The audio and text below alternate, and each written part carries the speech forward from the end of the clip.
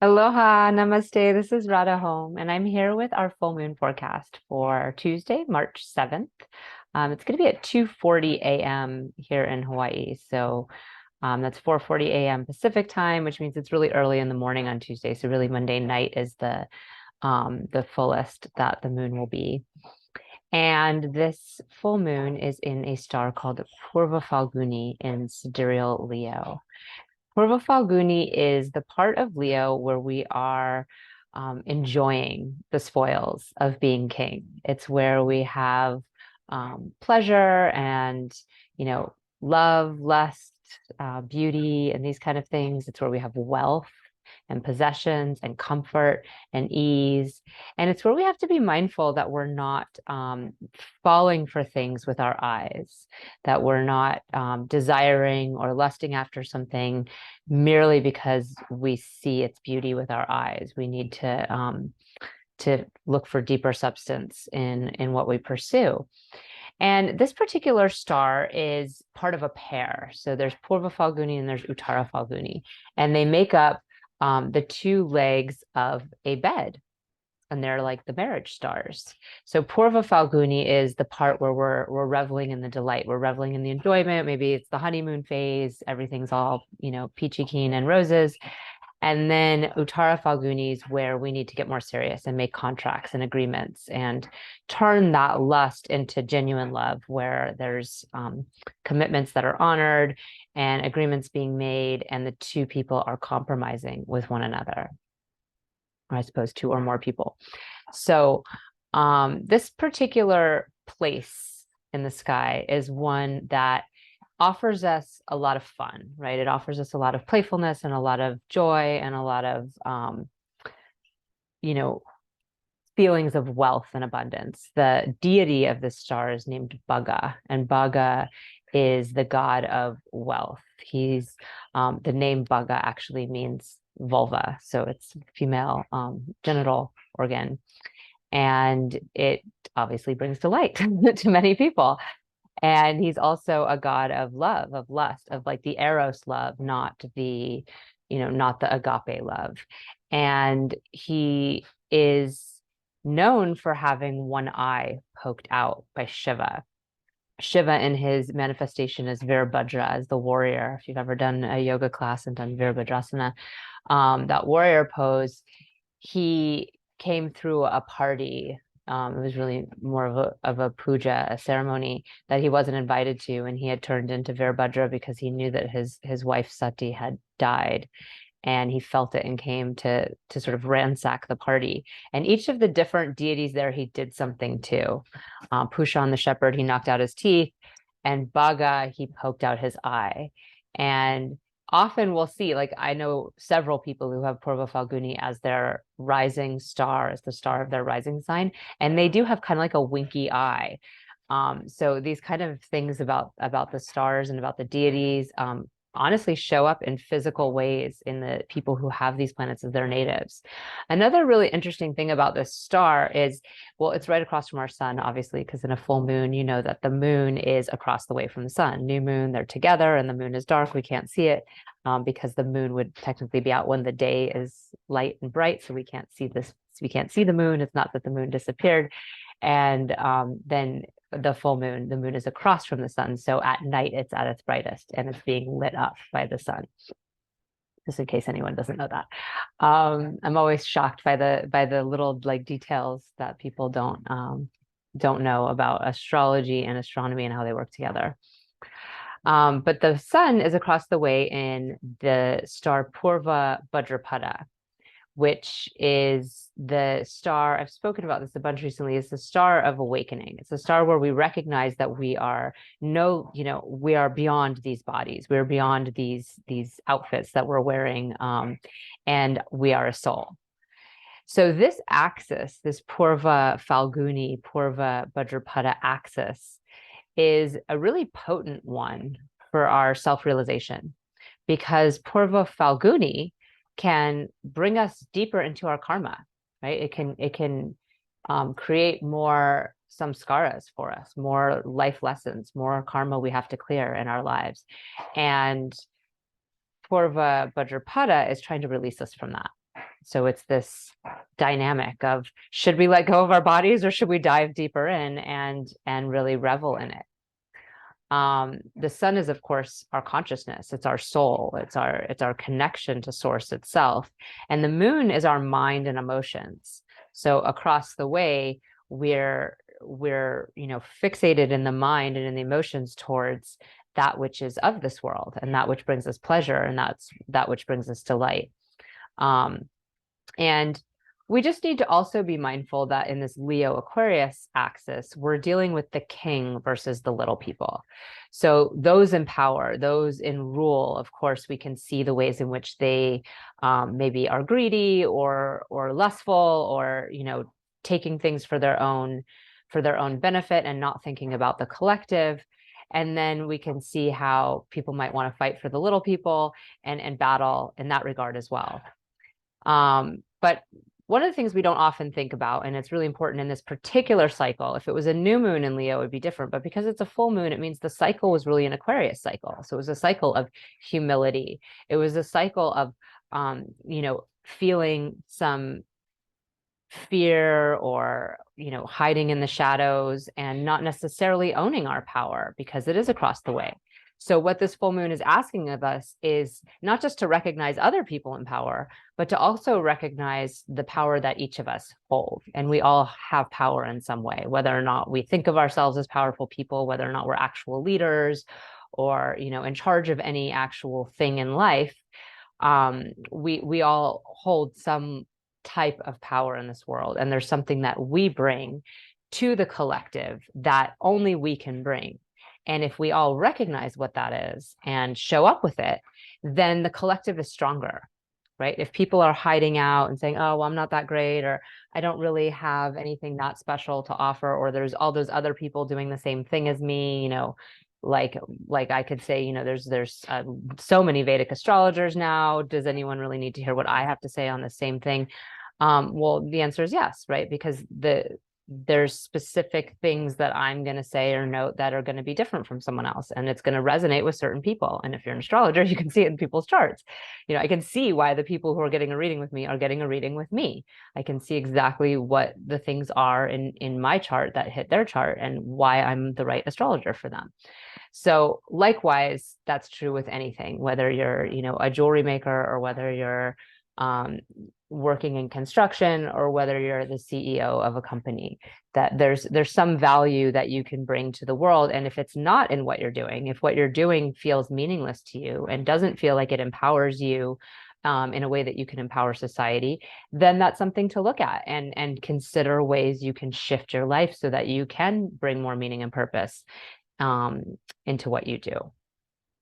And then, of course, the other end of that is that when you do have power, and whatever power you do yield, you have to recognize that other people sort of give it to you. They grant it to you. Kings don't just become kings. I know there's like lineage and things in royalty in years gone past, but even in that, like even in the idea of lineage, a king can be overthrown and have. I mean, the history is full of stories of kingdoms, whole kingdoms, not just individual kings, who's had their power taken, right? So ultimately, if you're not taking care of the people that you're supposed to be taking care of, at some point they're going to get angry, particularly if you abuse them to a high level, or their basic needs aren't being met. So we also need to recognize that no matter what kind of power it is, whether whether you're a singer or somebody who's famous for some kind of art form or something, and you have an audience that is choosing to listen to your music or buy your CDs or show up at your concerts, or whether you again, are like a boss of a simple little massage clinic or a chiropractic clinic. And there's the people who work for you that help you be who you are. You can't do what you do if it isn't for all those other people. So we also have to recognize that and remember that. I'm going to share my screen and see what this full moon has for us. So this moon we can see is at 22-29 degrees, right? And Mars here is 27-37. Mars does a 4-house drishti, an energetic gaze. That's one way. So it's not a mutual exchange. These planets are an exchange. The moon and the sun are obviously an exchange in a full moon. We discussed that. But Mercury and Saturn are also in this crossway with the moon. And actually, before I talk about Mars, maybe I'll talk about Mercury and Saturn being joined the sun. No, I'm talking about Mars. Mars is giving just his gaze to the moon. So there's no backward, there's no return. And Mars is obviously the planet of our fire, our anger, it's our courage, it's our discipline, and it's our sense of action. He has spent the last 7 months in Taurus, in sidereal Taurus. And honestly, it could make us a little lazy. It could make us less inclined towards discipline, at least the kind where we show up consistently every day to strengthen ourselves. He could make us more inclined towards sensual pleasure and, feeling good in our body and enjoying things like making love, but not necessarily getting up and doing your exercise routine every day. Well, this drishti on the moon in Leo is the last time we're going to get this, where Mars is going to stare at this Leo moon as he passes through. And Leo is a fire sign, right? So Mars is giving kind of a little boost of fire to our lion energy. And it's not necessarily the fire of courage and the general of the army that Mars often is. It's Taurus fire, which is again very sensual, very much about receiving pleasure from life, whether it's from food or whether it's from another person. And it's giving it to a moon that's not in Magha or Uttara Falguni, the other stars of Leo. It's in Poorva Falguni, which is ruled by Venus. The individual ruler for this nakshatra is Venus, just like the ruler of Taurus is Venus. So this is a very, pleasure-seeking star. And this is a more pleasure-oriented Mars. So we're having this passionate drishti come on. And there's like this festiveness and this funness that comes with Leo. And also with Taurus to some degree, but it's more pleasure-oriented in Taurus. It's more fun in Leo, as Leo's the natural fifth house. There's this creative energy and this lack of fear, which is obviously fun. Then we have across the way, Saturn and Mercury joined our sun. Saturn's obviously less fun. You don't have to know much about astrology to know that Saturn's a bit of a buzzkill. This is where we feel our humility. This is where we feel our fear. This is where we feel our sense of time. This is where we feel pressure. It's also where we feel commitment, hard work, and the positive side of humility, where we're humble. And he's in his own sign here. So he's doing good things, committing us to the future and to everybody winning and everybody's needs getting met.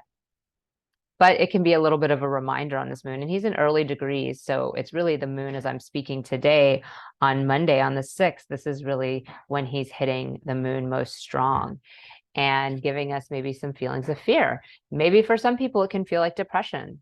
This awareness of time can bring a lot of depression to people. The pressure of the outside world, the things we have to get done. And also that feeling like, oh, what's the point? Nothing matters anyway, that Saturn can sometimes offer us. So this is more sombering, right? And it's necessary because it has been 7 months with Mars in Taurus, and we probably do need to step up in some ways. And we probably do have a lot of things that happened while Saturn was transiting in Capricorn for the last 3 years that were done out of fear and that have changed our society in such a way where we do need to look at how we're operating. And if we just stuck band-aids all over the place over the last 3 years out of our fear, and there aren't like some foundational things that we could really shift and change in the way our world operates, and certainly in our smaller communities. The other thing is Mercury is here sort of sandwiched between the sun and Saturn. And he's close enough to the sun right now and continuing closer next week, where he's considered combust. So when Mercury's combust, when it's close to the sun, we often don't feel heard, particularly by people in authority positions. The sun is like the father, the president, the whatever that person might be. So we might feel like we're not being listened to. Saturn coming before Mercury and Sun on the other side is something we call hemming, where we have two malefic planets. The Sun is considered malefic because it feels harsh. Malefic planets aren't bad and benefic planets aren't good. Benefic planets feel good and malefic planets don't feel as good, but they bring us often towards our awakening or truth faster than the good planets often do, or the ones that feel good. But Saturn and the Sun are both harsh feeling energies, and actually they're inimical to one another. Saturn is the way that we see truth through like this cold, dispassionate gaze, and the Sun is where we see truth through this really bright, shining light that's so incredibly hot it becomes unbearable. And then we have Mercury between the two. So we might have fear of speaking, and also have that validated by feeling like, oh, and I'm not being heard. The things I'm saying are not being heard. And this is all going to reflect on that moon. And it's a moon that just wants to have fun. It's like, why am I, I don't even want to be in charge. I just want to have fun. I just want to enjoy the riches and the pleasure and the enjoyment of my relationships or of my power. And I'm not, not wanting to get down to business yet. And of course, the moon moves quickly and will be down to business soon enough as it moves into Uttara Falguni, as it moves into that other star. And that nakshatra bridges Leo and Virgo. So we have an opportunity to really get down to the details when the moon goes through Virgo. But we do also, for this full moon, still have Venus and Jupiter together here in Pisces in the final degrees in Revati, in the star called Revati. And this is the final nakshatra. It's the wealthy, and it's a really peaceful nakshatra. It's a soft nakshatra that offers us an opportunity to find peace and happiness beyond the things of this world. It also can cause us to see things with these rose-colored glasses, like particularly if there's issues in our relationships, we might choose to look away from the very real issue and just kind of have this rose-colored glasses about something that feels good enough. Or, oh, okay, we're out at dinner right now and we're having this beautiful experience. And, sort of look away from all the things that had happened prior to that, that might not feel as good. Well, one of the things that's happening here after this full moon, and I'm going to skip ahead and move us to the end of the week when we get to March 12th, we have Venus moving into Aries. And I'm going to do a written report on these shifts, but I probably won't do another video. So I think I'm going to put this in this video here. And it's right when the moon is sort of finishing this run with Ketu, the south node in Libra, which is Venus's other sign besides Taurus.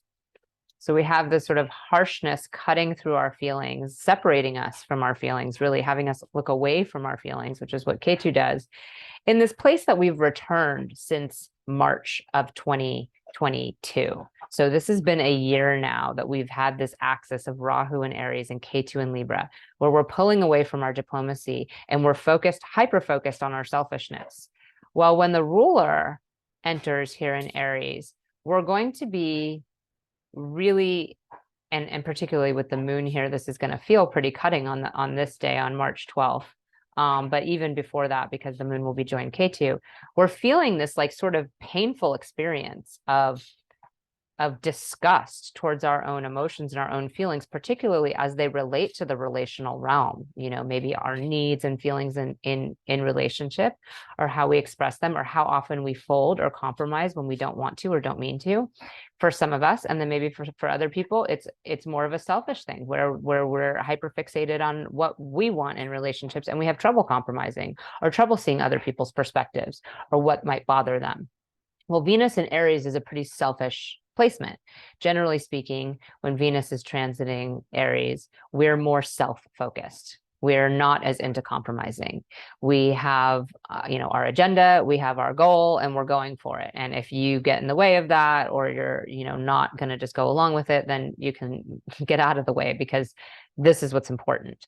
Well, when we have Rahu join, there's going to be a lot more illusion and delusion. So we might really think we're being much more compromising than we are. We might think we're being harmonious when we're not. We might not even recognize our own selfishness, or we might overinflate someone else's, right? We might really exaggerate what we're seeing other people's actions look like and read into them all these stories, because Rahu's where we're very suspicious and we're reading things into things and we're exaggerating everything. And we have a lack of clarity in this world. You know, it's really messages we might be receiving, and maybe they're right. You know, maybe the message we receive that our partner is going to do whatever is accurate. But in the moment that we're experiencing it with Rahu, it's rarely helpful to act immediately in this world, because it usually has yet to actually manifest or yet to actually take place, and is coming from this sort of delusional and illusional place. So that's one thing that's going to happen right on the 12th. And this will last for a few weeks. But then just a few hours later, as we get into the late afternoon, or not even that late of afternoon Hawaii time, we have Mars move into Gemini. And Mars, like I said, has been here for 7 months in Taurus. Mars doesn't usually transit for 7 months. He transits closer to 3 months. But he's been sitting there for so long because his retrograde took place in the fall, and he went backwards and then forward again. So this is a huge shift for us. And really, you know, depending on what rising sign you have and what Mars means for you, it's going to be a really big shift, particularly if it's, you know, if it's your ruling planet. If you're Aries or a Scorpio person and Mars is your ruling planet, then it's changing what your path is, you know, and what you're really focusing on for the next couple months, because it's going to be there until May 9th. He's going to be in this place. So not 7 months again, but this transit will take place until May 9th. And also for people who are Taurus rising, like myself, where Mars has been sitting on your rising sign for the last 7 months, really bringing relationships to the front end, but also bringing that Marsian energy to the front end, right? Where things seem very, certainly agitating is one word you can use, but also very black and white, very logic oriented. Mars has a capacity to see things like it's right or wrong, it's this way or it's that way. There's not a lot of flexibility. Well, what happens when we take this inflexible planet and move it into Gemini, the land of ideas and words and communication, where flexibility is key, right? Having a sense of humor, having objectivity, having a capacity to take in a lot of information and discern through the facts and the falsehoods is really key. And with Mars there, it's just like a gatekeeper, like right, wrong, yes, no, this is that. So it's going to really kill a lot of our capacity to have nuanced conversation and be in a, you know, be really clear and present with what information is coming to us without already having a bent as to what it means or what it's supposed to be, you know, what our reaction is supposed to be, because Mars can be very reactive in Gemini as well. So this combination is a little bit tricky, because we have Venus getting sort of blowing up what other people might be doing and thinking, oh, my partner's doing this, you know, this thing, and it's so much worse than it really is. Or, you know, or I'm being so much more generous than I really am, or whatever the different stories are that Rahu can really create through this smoky quality that Rahu has. And then we also have Mars in a place where he's creating perhaps some very cutting communication that doesn't necessarily see the rich tapestry of what's going on, but kind of delineates things into this right or wrong, black or white, true or false narrative. And then, of course, in this moment, and Mercury will move out of this soon, and so will the sun, we have Mercury sandwiched between the sun and Saturn and look in very close degrees. Now, at this point, he's only 4 degrees away from the sun, so super combust, where we don't feel like we're being listened to either. This combination of events can be really, really challenging. And we see the moon has moved out of being joined Ketu, where I say we have this sort of disgust towards our own feelings, and where's he moved but into debilitation. This is like exactly where the moon is debilitated in the sky, where we have the most roller coaster of emotions and we can't stabilize ourselves or ground ourselves through our feeling nature. We feel taken by the tides, the Marsian angry tides of Scorpio. So particularly on this day, you know, particularly in this like March 12th March 13th time when the moon is transiting Scorpio and Mercury is still here, super combust, and still though kind of hemmed between the sun and Saturn. And these two are just moving. So when the planets are just moving, there's like a lack of stability. They haven't landed yet. So the energy is kind of like, like, is it still there or is it here? And in the case of Taurus to Gemini, with Mars, we can see that it's like moving from this grounded, earthy place where at least we did have physical outlet for our anger into the more mental arena where we're fighting with words, right? And then this jump is even more harsh because we have Venus and Jupiter, exalted Venus in Pisces in this dreamy world, join the ruler Jupiter.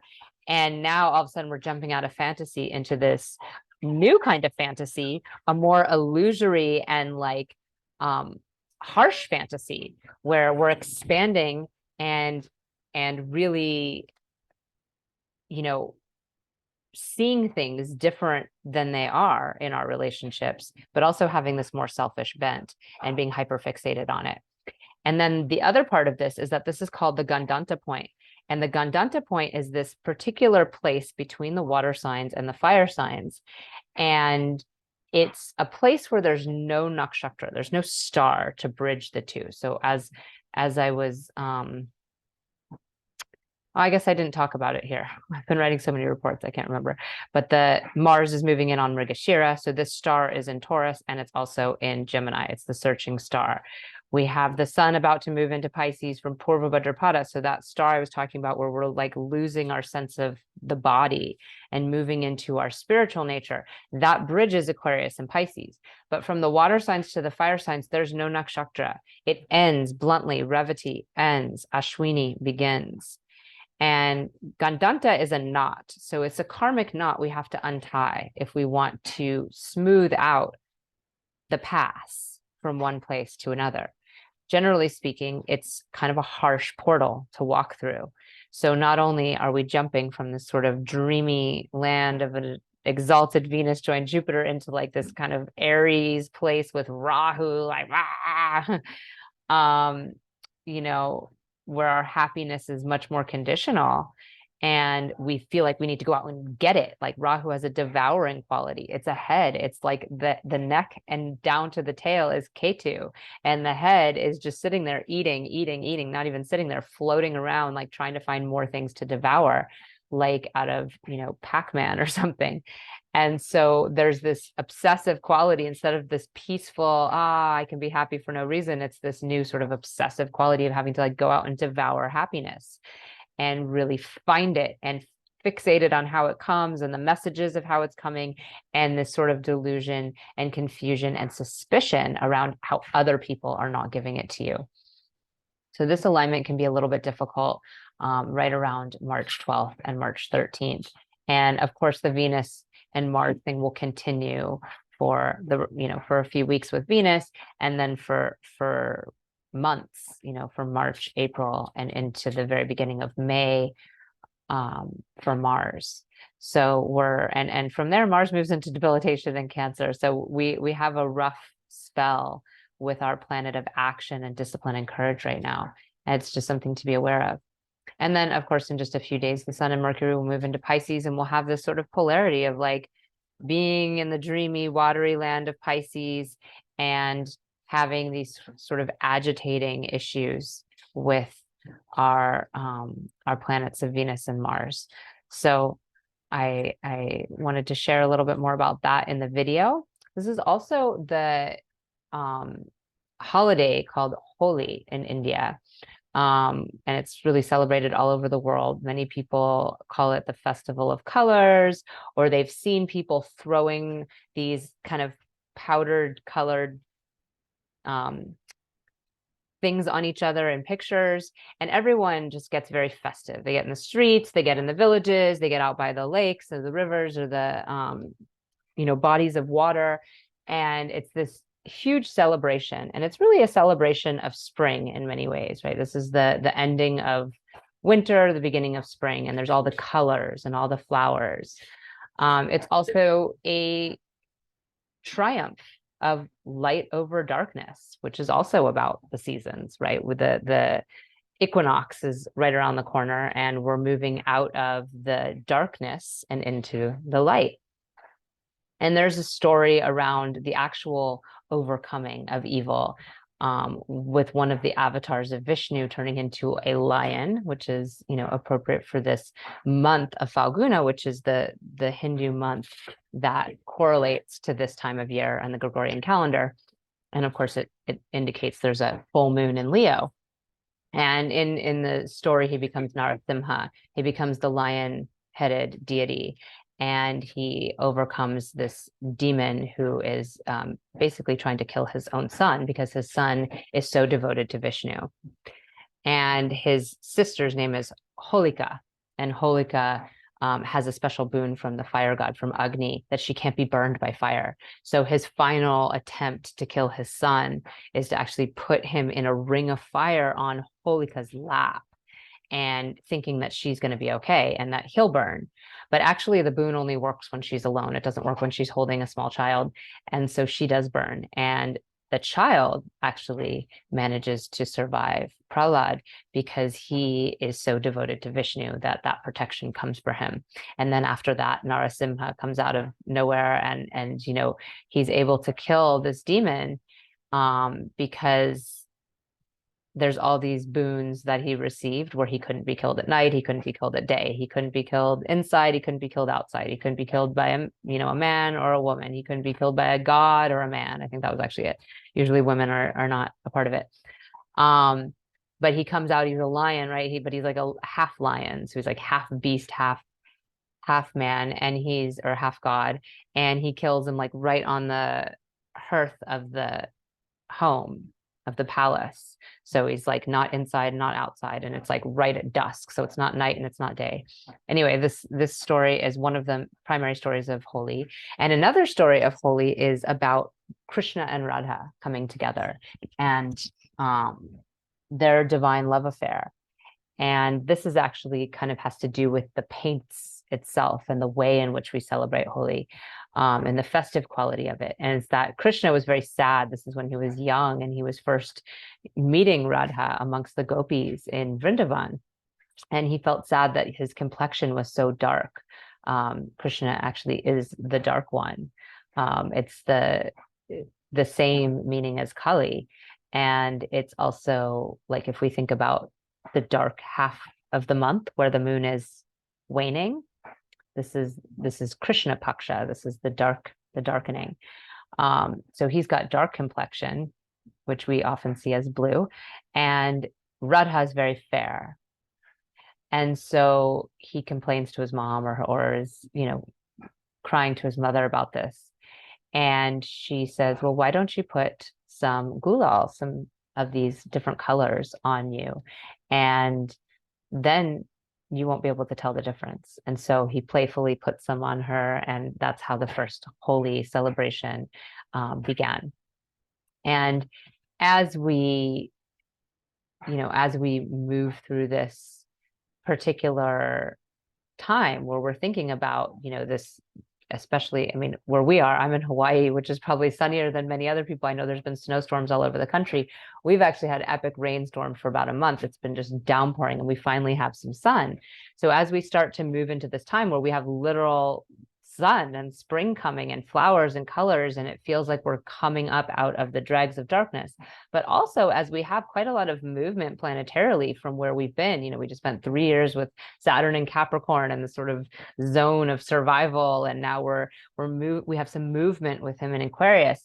As we see these planets start to shift towards their new locations, we feel things starting to move within us, and it's uncomfortable at first. Like, it can actually be difficult, like a bear coming out of slumber, to reawaken ourselves in this way. But we can also reflect upon how this is like our path here on earth, right? We're sort of mired in our bodies, very similar to the Poorva Falguni and Purva Bhadrapada axis that I was talking about at the beginning of this video, where we're mired in our bodies, we're mired in the Maya, the illusion of everything around us, of our heartaches, of our hard work, of how much we have to pay, and how inflation is rising, and how the government is like this, and how big businesses are like this, and how this is happening, and all these stories that we tell ourselves, and that we all collectively share and agree upon about our lives and about the hardship of being here on earth, and not to invalidate it. It very much is being experienced as real. But then we have that opportunity to awaken out of it, and to to leave that plane of the solid material world that weighs us down and move towards something higher.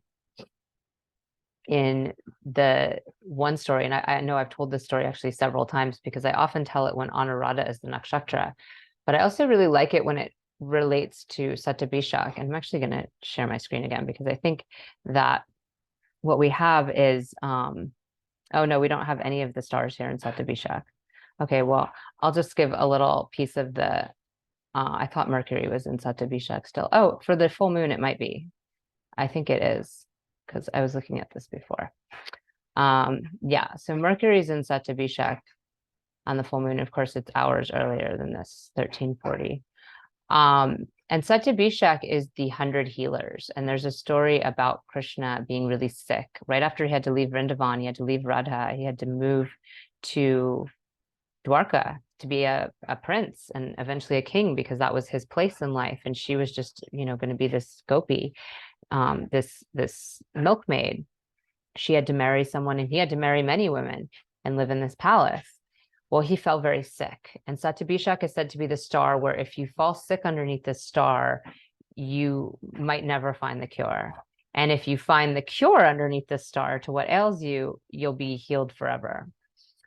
Well, he is incurable. All the hundreds of physicians that he has access to as the prince, as the king, and as this avatar of Vishnu, and no one can figure out what's wrong with him. No one can do anything to heal him. It's just uncurable, until finally one physician comes in and says, oh, well, I know what he needs. What he needs is to have this somebody, anybody, any of you in the court can take your finger, dip it on the ground, grab some dirt, and put it on his forehead. And everyone's like, no, I can't do that. I can't do that, because they don't want to get caught further on the wheel of karma, right? If you do something that disrespectful, taking dirt off the ground and putting on someone higher than you, like, even on your own parents, would be considered the highest form of disrespect, and it would increase your future karma that you would have to deal with. Well, nobody wants that job. Nobody wants that, but it's the only thing that will cure him. Word gets to Radha in Vrindavan that this is the case, and she, flies herself to Dwarka in no time, and walks right into the room. And the doctor again tells her just what he told everyone else. This is the only way to cure him. Otherwise, he's never going to get well. And she doesn't even think twice about her karma, about how many more lives she's going to have to live to deal with this, because this is all the trappings of religion, right? This is the trappings of our spiritual life, where we think if we do X amount of mantras, and we say it with perfect inflection, and we do our asana this way and that way, and we pray to this, to all these different directions, and we do all these things. And this is the kind of stuff that people come to me with often, is this idea that like there's such a prescription for how you're going to get out of your shit, and ultimately the real prescription is beyond that. You have to realize that you're beyond that, and that's what this awakening star of Purva Bhadrapada is. So Radha doesn't think twice. She reaches down, she puts the dollop on his head. This is going to save him. I'm doing it.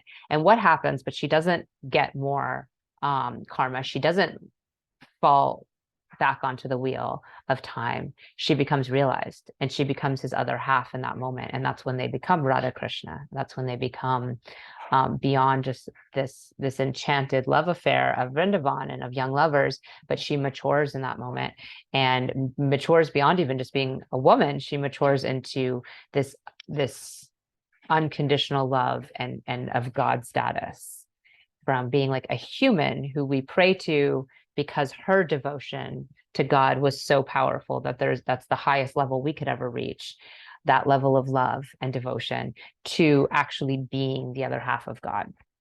And so this is a really poignant story for this particular time, because we are moving, into an awakening in many ways. And we need to recognize that, yes, it's great to do the different practices that we have. And it's great to, to have prescriptions that we follow in our life because they keep us on path. But ultimately, the highest awakening is to lose all of the trappings and to do what is most in our heart, and to know what truth is on such a deep level. You don't actually need someone else to tell you, or an ancient set of prescriptions written down, that it's just clear. And that's the part of Poorva Bhadrapada that moves into Pisces and then moves us into Uttara Bhadrapada, where we go deeper into the pain and the enlightenment, and Revati, where we walk each other home, that final walk home. So I hope these stories are helpful, and I hope you have a happy Holi and a blessed full moon, and I'll see you again soon. If you're not already on my email list, you can sign up at www.radhahomeyoga.com. And there I have these bi-weekly or these bi-monthly reports for the full and new moon, but I also do weekly reports, and I break down for each of the rising signs what's happening for the week. And in this particular week's forecast, I have the full moon and how that affects each of the different rising signs, because each of the rising signs, these are different houses, right? This is happening in a different house for each person, the full moon. And the new moon was starting a different cycle for each of us. And then what Mars and Venus moving also means to your chart, because like I said, it could be a big deal if it's your, if it's your ruling planet, or if it's moving off your rising sign, or if you're Gemini rising and it's moving on your rising sign. So these are the kind of things that can really help you understand the stars beyond this sort of simplistic everything, we're all having the same experience, or it's affecting my sun sign, or however else we might know and understand to look at it. So if you would like, you can go check that out on my website. Again, that's www.radhahomeyoga.com. And if you like this video, please share, like, comment, and I'll see you soon. Namaste.